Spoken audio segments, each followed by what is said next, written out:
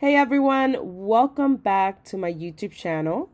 On today's video, I am doing an Etsy shop critique. So this is one of the many critiques that I will be doing in the year of 2020.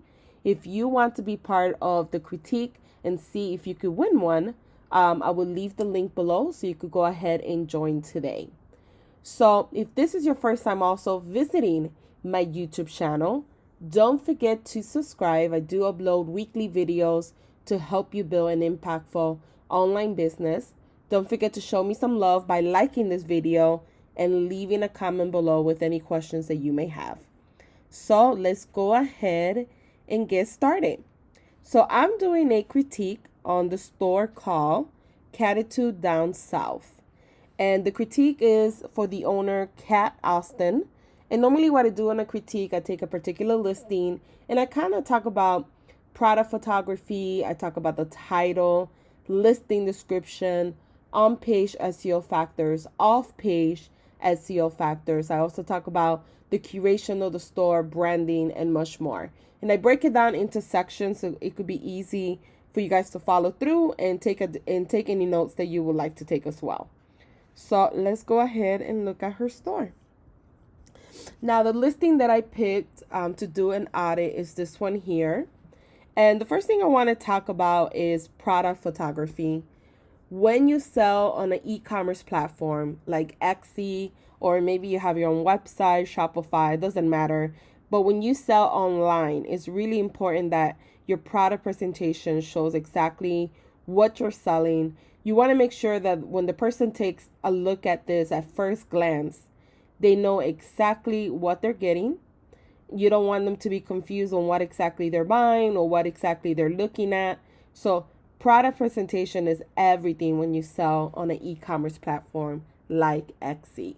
So the first thing I would suggest is making sure that your main photo is maybe something like this, similar to this, but having it on a child's head, since this is more of a toddler. And the mannequin, to me, looks like it's a man. Yeah, this mannequin looks like it's an actual guy. I don't know, it's kind of scary a little bit. But that's just my opinion. I understand probably mannequins are hard to find, like a child's head. I personally, if I sold these beautiful items, I wouldn't, or these beautiful hair bows, I wouldn't necessarily use a mannequin. I would either pay someone to use their toddlers and take some pictures, or if I have my own toddler, put it on them and try to take some pictures. And I know that could be a little bit hard as well, but what I would do is this picture or something similar to this should be the first photo. So when people are looking at it, they know exactly what they're buying. You want first glance, when people look at it, they're like, oh, okay, that's a hair bow. Right now, when I look at this photo, I really don't know what I'm looking at, right? It just looks like a whole bunch of ribbons. It could be, the little ribbons you put on top of a present. It could be pretty much anything, right? It doesn't really show the product like it does on these actual pictures here, on these two pictures. These are the two that show the product the best. This one's a really nice one because you're showing how you package it, and that's important as well. And this is good because you're showing the size of it. And a lot of people do want to know, how big it is. But the main photo, it's not a bad photo per se. You did a good job with trying to get, a nice background. The only thing is that the product itself, if somebody's looking at it, are they going to know at first glance, right, without going into your store, without looking at your banner, without reading the title, without reading the listing description, do they know exactly what they're looking at? If there's anybody questioning that, or they don't really know what they're looking at, what they're going to do is, there's so much competition on Etsy, they don't really need to buy from you. They're going to keep browsing and go to your competitor store instead. So what I would do is do some research on how to take photos of these beautiful, because your product is beautiful and it looks like it's crafted really, really well.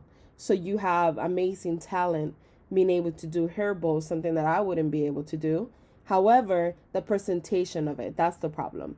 Of showing it, that when people look at it at first glance, especially because the main photo is the attention grabber, you want to make sure that when they first look at it, they know exactly what they're getting. Another thing I would do is to make sure that all your images are optimized with the same background, just for aesthetic reasons. You want to make sure that all of them look the same, they have the same background, something like this, because you have all the space here. I would have moved this a little bit closer to the camera. Maybe being closer, you could see a little bit better than having it so far back. Or maybe just the angle of the photo is not working for me. But definitely look up some, you could go to Etsy and just type in toddler hair bow, and just to see, just to get ideas, what are the people doing or their successful stores. For me, this works so much better when you have like a kid wearing the actual hair bow. These pictures to me show it a little bit better in my opinion. Something like this with the background, with the little paper background, it showcases that it's like a hair bow. So wearing it, my opinion, is the best way, because you're showing the person. A lot of people are visual learners. They want to see how it actually would look when somebody is wearing it. So just do your research on that, and you could do different pictures. You could do somebody wearing it. You could do another picture of a different angle, and kind of split test them and see what's working better, what's selling more, what are people reacting to more, right? What is getting more clicks and likes? And that will give you an idea of what your audience prefers. Also, if you're having a hard time finding what will work and what wouldn't work. Great job for adding additional photos. Like I said, great job for having the packaging. A lot of people do want to see how it is getting, delivered, because of the reason that they're buying it for someone else or they're buying it as a present. So they do want to know, how the packaging will be. Now, the only suggestion I have additional are adding a picture with some sort of call to action. So an image saying, click below to learn more, or click below to read the listing description. Also telling the customer, don't forget to favorite this item, maybe having a little arrow pointing to the heart, or don't forget to favor our shop, right? So right now you have, let's see, 36 people that favor your store. So the reason why you want to tell people to favor your store, if they're interested in your products or they like your products enough, they will go ahead and favor your store. It doesn't cost anything and it's free. But the reason why you want someone to favor your store is because every single time that you update a new product or a new service to your store, they will get a notification that you added a new update. And every single time you add something new, if you have, let's say, 1,000 people that like your store, 1,000 people are going to get a notification that you added a new product. So that's free advertising, basically. And these are people that potentially could come back. Maybe they didn't buy the first time from you, but the second or third time might be a better chance or opportunity that they will go ahead and buy from you. Most likely people that visit your store, and this is like a known fact, when a person visits your stores, it takes a couple times before they buy from you. A lot of times it'll take the second or third try before they even go ahead and go ahead and purchase from your store. So just remarketing to people that already showed some type of interest in your store, that they already liked your products, is a really, really great way to increase your sales. So just having that call to actions when you sell on e-commerce platform, having call to actions are really important, because you're telling the customer what to do next. And you have to do that when it comes to selling. So you have to add call to actions, not only in your photos, but your listing description, when you sell online, when you promote on social media, telling the customer, click bio link to shop now, or click bio link to learn more. These are all call to actions that you should be using to increase your click-through rate and therefore increase the likelihood of somebody buying from your store. So that would be my suggestion, making sure that the first image shows the product really, really well. There's no confusion. People know exactly what they're looking at.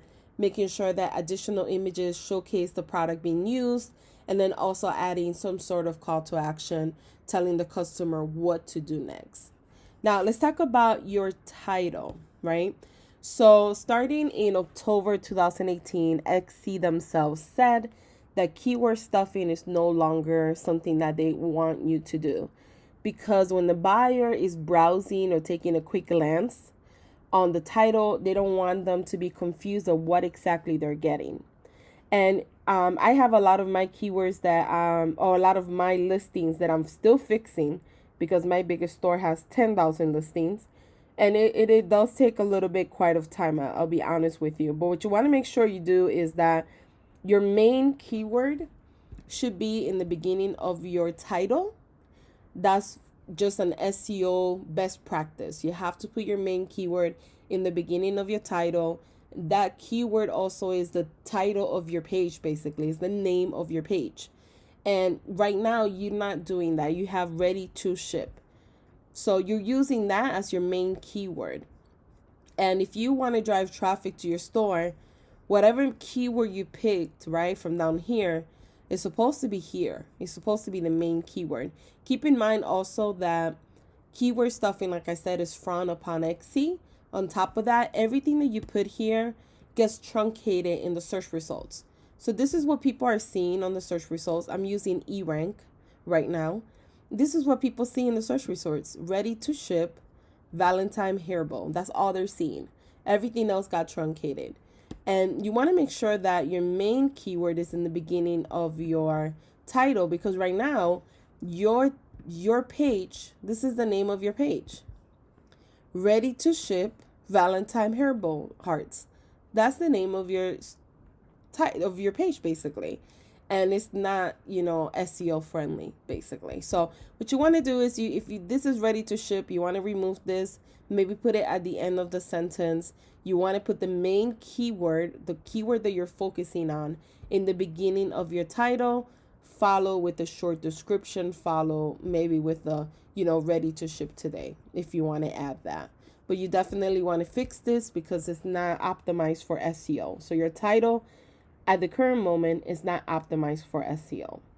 Now, the second thing you want to do is that you want to include a meta description. So the meta description is the first 155 characters of your listing. And the meta description should also include the main keyword that you use on your title. Should include it here. It should include like a short description of what you're selling with a call to action. So the call to action could be like, click to shop now, or click for details, or learn, click to learn more. The reason why is because this is what's shown to people when people Google your item on Google or any large search engine. They get shown like a little snippet of what this page is about. So this is what people are getting shown right now. I'll show you. From your listing, this is what they're getting shown. So it has your little one will be ready to celebrate the day with this fanciful Valentine Day hearts hair bow created with red and white ribbon, size bow me 8. That's what they're showing. So it's not as engaging for someone to want to click to learn more. So you definitely want to change your title because they're seeing ready to ship as the title name, which is not that great.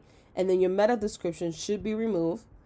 And should be replaced. Well, you could still use this because your meta description is not as bad, but you want to make sure you include your main keyword and try to include some type of call to action. So you tell the customer, click to learn more, click to get yours today. You want to tell the reader what to do next because you want them to click on the link.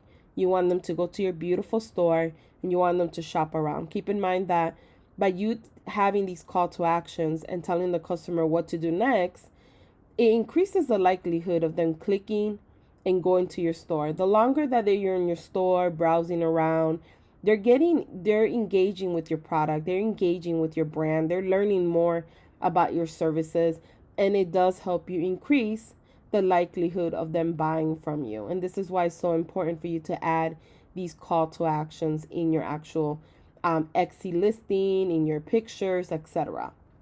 So that would be the first thing that I would suggest to do in your listing description. Now, additional to that, your listing description should also be optimized for SEO. So I'll come back and explain that in a few minutes, but let's look at your SEO at the current moment. So this is a great example of a listing. I talk about this all the time on my YouTube channel, of a listing that has an SEO grading system of an A, but the SEO is not done correctly. So a lot of people get this confused, and I just want to clarify it on this video just in case, there's somebody watching that is doing the same mistake, or maybe they had questions about it, right? And I had the same mistake myself before.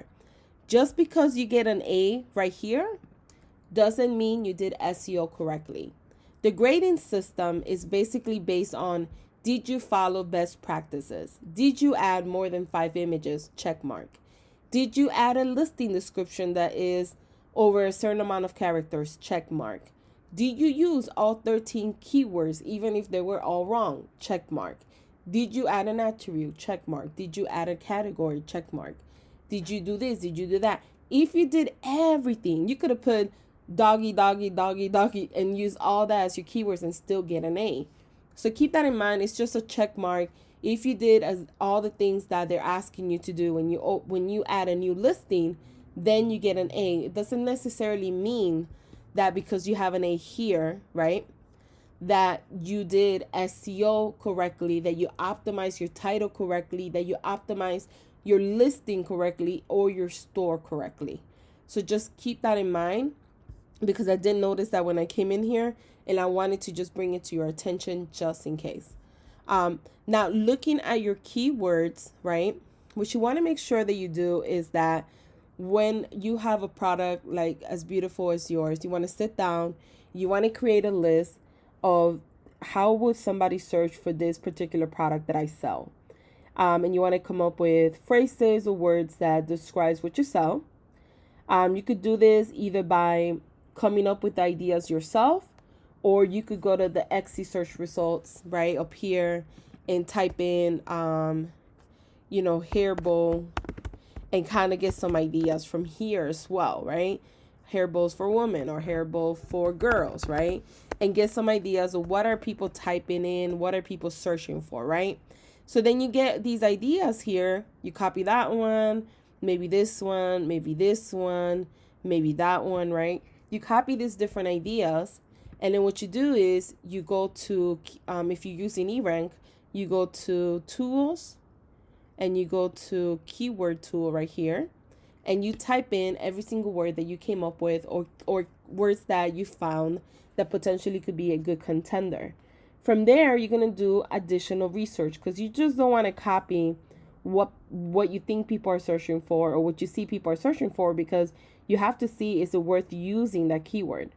So then you're going to do research on every single keyword. I recommend doing 10 to 15 keywords. And then what you would do is you would do individually, you would research on each keyword, and you will see, okay, does this new keyword have a high average monthly search with low competition? Those are the keywords you want to go after. You don't want to go using keywords that, one, don't have a monthly search, because that means no one's really searching for those keywords. You don't want a keyword that's too saturated, that too many people are using, because then what happens is you will be buried in the search results. Unless your listing is like a bestseller, most likely your listing will be buried in the search results. So therefore, no one's going to really find that listing. On top of that, if you in the future, if you decided, okay, I'm going to do Etsy ads, right? I'm going to run Etsy ads. Your cost per click is going to be very high, because now you're using keywords that are very competitive. So you want to stay away from keywords that are too oversaturated, that you have no chance of ranking organically. They're going to cost you an arm and a leg when you do Etsy ads. And you want to stay away from keywords that have no monthly searches either, because what's the point of using a keyword that no one's really searching for? You're not going to get the traffic that you need in order to start selling more. And looking at these keywords, a lot of these have 0 right here, average. And a lot of it is because you're using the word Valentine. Now, I don't know if you just changed these because Valentine is coming around the corner, or if you already had them as Valentine for a long time. But keep in mind that this data here could change, right, for the month of February, because that's going to be like the peak time when everybody's trying to buy stuff for Valentine's Day. And then once Valentine's Day, goes away, it's going to go down again, which means that most likely a lot of people are not searching for it. So one thing that you could do is use Etsy has a key tool that shows you, like a calendar that shows you when is the peak time to start adding products for Valentine. When is the best time to add products for, let's say, October, for Halloween? When's the best time to add products for December? I recommend checking that on the dashboard on your Etsy store and seeing when is the best time that I could add Valentine stuff to my store. Because if you add it too early, it could be like this, 0 all across, you see? Because no one's really searching for that now. So you're wasting money, basically, a month worth or 2 months worth, depending on how long this listing has been active. But you're just sitting there not getting any sales. Keep in mind also, once Valentine is over, you have to go back and change the tags, because it's just not worth for you to leave those Valentine in there for the whole year to wait till next year to get some sales. Your best bet is using keywords that you could use year round, because your items are not seasonal, your items are year round. So if you want to use a couple Valentines and then switch it back, that's fine. But I would recommend using keywords that are seasonal, year round, that describes exactly what you're selling, that has a high monthly average search volume, less competition. And any keywords that you get that have, not that much search, like this one, toddler hair bowl, and it has so many people using the same keyword, it's not worth using. So you definitely would need to go back and redo your keywords. And once you have the new keywords, you want to optimize your actual listing for those keywords. I don't see that right now in your actual listing description. So what you want to do is you want to go back and sprinkle these keywords in your actual listing description. And this is going to give you an SEO boost. When people search for these products in the search engine, the algorithm is going to take notice that you have these keywords and you're going to rank higher in the search results. So it's going to give you or drive more traffic and more visibility to your store. So just keep that in mind. It's really an important factor that not too many people are doing, or is overlooked, or people don't really understand that it's something that they need to do. So that would be one thing that you will need to do. I think you did a really good job with your listing description and letting the customer know everything and anything they need to know about this particular listing. So in that area, you did a really, really great job. Make sure that you only include stuff that is important for the customer. And I think you did that. I don't see anything here that I would say, you don't really need to include this. I think you did a really good job with including everything and anything the customer needed to know. So in that area, you did a really, really great job. And you actually also added a backlink to your homepage, which is also important. I always talk about this because, you don't want the dreadful person to hit the dreadful back button and leave your page. So you did a really, really great job with that as well. So good job there. So let's go ahead and proceed in your store. So the next thing I want to talk about is the curation of your store, like your banner, your logo, etc. I do like the name of your store. I think it's really catchy. What I would say is if you could invest in somebody making a banner for you, or you could also do it yourself if you wanted to, using like Photoshop or Canva.com. You could do it there as well. You could go to Creative Market and buy banners that are already pre-made, and you just, go in there and change, the verbatim to whatever you want. So it's really up to you though, but it's very simple to do. And I highly recommend changing it. Only because you want to take your store to the next level, and having a banner is going to separate you. It's going to make it look a lot nicer. This banner is pretty, but does it really go with what you sell? You sell hair bowls. You do sell other stuff in your store. Are these hair bowls or this is something else? Let's see. These are ornaments. That's another thing. I particularly say if you sell hair bowls, just keep it all hair bowls. Like, don't mix it around, because you're not targeting your ideal customer. Ultimately, what you want to do when you start a business, you want to start very, very secluded, very sub niche. So if you want to start like a pet store selling bandanas, just sell bandanas only. And as you grow your brand and you get bigger and bigger, your own audience will tell you what to do next. They'll start asking you, oh, you don't sell clothes for dogs? It would be so cute if you had clothes, blah, blah, blah. And you start noticing the trend. And then from there, you add another product. Okay, I'm going to start selling clothes because that's what people are asking for. That's what my audience is asking for. And then you start adding more products. And eventually, you have this whole collection of different, or like a robust line of different products for that particular niche that you started. But you do not want to mix a store with hair bows and a store with ornaments or other things, because it is a lot harder when you're trying to find your ideal customer, because not everybody's going to want to follow a store that sells like so many things. One of the biggest myths is that a lot of people say, well, if I had everything and anything to my store, I'll make more sales. And that's not always necessarily true. Some stores do, but a lot of these stores have built up to that place, right? They started very sub niche, and eventually they started adding more products, and they all kind of go with the brand as well. So I would say work on that a little bit more, making sure that the aesthetics of your store matches what you sell. So the banner, maybe you have a banner and has all the hair bows or your best hair bows that you sell. Having a logo as well is really important. I think this is your logo here. Barely could see the wording. I'm assuming it's the same wording you have up here. I would invest in like a logo, something that is based on what you sell. I guess you do have it up here in Brevity, so maybe that's what you want to go into and remove the hair bows. I'm not really sure. I just think having too many things, sometimes it does clash and it doesn't look as great as you want it to be. Another thing is making sure for branding purposes, making sure that the aesthetic of all your photos are the same. Like this one has like a little bit of a shadow. This one is a little bit lighter wood. This one has a different background. This one has like a Christmas tree in the background. Assuming maybe these are Christmas items. It's the only thing I could think of.